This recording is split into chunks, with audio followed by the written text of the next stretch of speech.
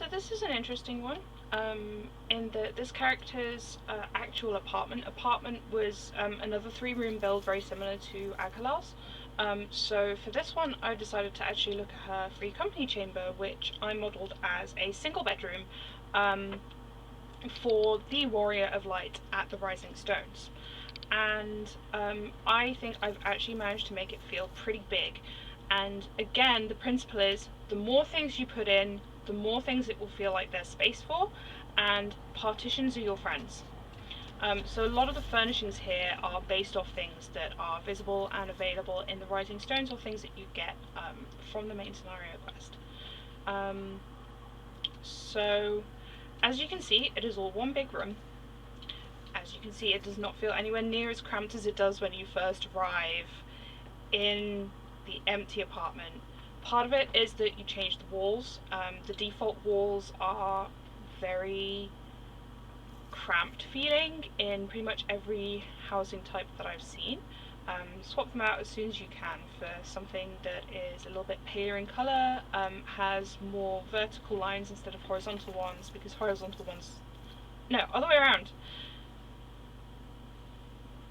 Horizontal lines instead of vertical, because vertical ones feel like they're closing in around you. You want some vertical height, for example with these bookshelves, and then you want horizontal because it gives your brain the impression of a receding horizon. As you can tell with this space over here, it actually feels very barren despite the fact that there are lots of things packed in here, and that is because they're all sort of on the walls rather than heading towards the floor. It feels like there's a lot of space here.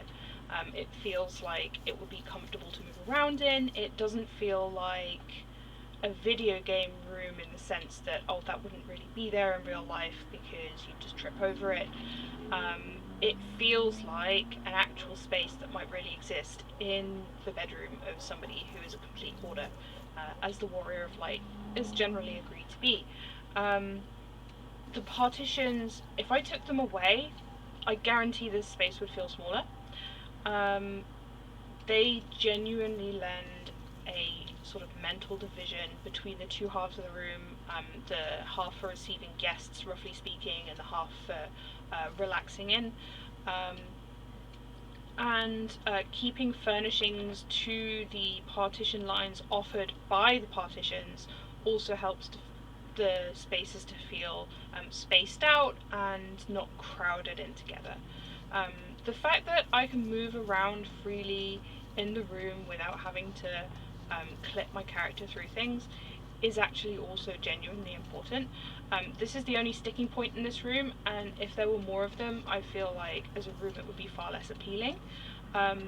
Moving around in the room and being able to sit down in chairs without having to, try not to clip yourself into the table is a genuinely important design principle, because it makes the space feel more comfortable to just hang around in. As with all of the other apartments that I've shown so far, this has minimal housing tricks used. They're very much like undocumented features in that Square Enix are perfectly aware of them. They just haven't put them into the interface because they're not that reliable yet. The only one that I've used here is the one to get the little chocobo on the bed, which is a standard tabletop floating trick, which you can find many videos on how to do. Everything else here is pretty much placed with the grid. I don't think there's actually anything I would change about this build, just because it's designed to mimic an in-game area, and I think it does that pretty well. I observed pretty closely what items are used in the Rising Stones and copied them here. If I was building a homely build that's designed to be a house, I would have added more windows and things like that, but because it's intended to mimic the Rising Stones, which is very much a big stone building with very few windows, I think this is fine. The only other thing I would possibly have done is put a false wall in here and replace these with some of the newer windows, which look more appropriate to somewhere like the Rising Stones, or at least match the glass decals on the back of the Oasis bed.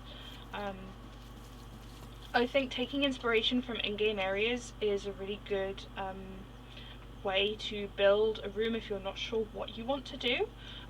Because if nothing else, it means that you've got a touchstone to go back to. If you're not sure what to put in a space, or you're not sure where to go next, for example, this corner with the desk and the bookshelf, I wasn't sure what to do with, so I looked at Minfilia's desk and pretty much copied the whole thing wholesale.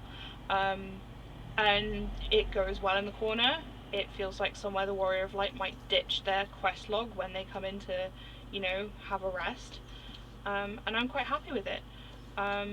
Even though it doesn't have separate rooms and it's very much designed to be one single room, it still feels very spacious, and it just goes to show that sometimes a blank canvas is more intimidating than something with a couple of pencil strokes on it that you can always get rid of later.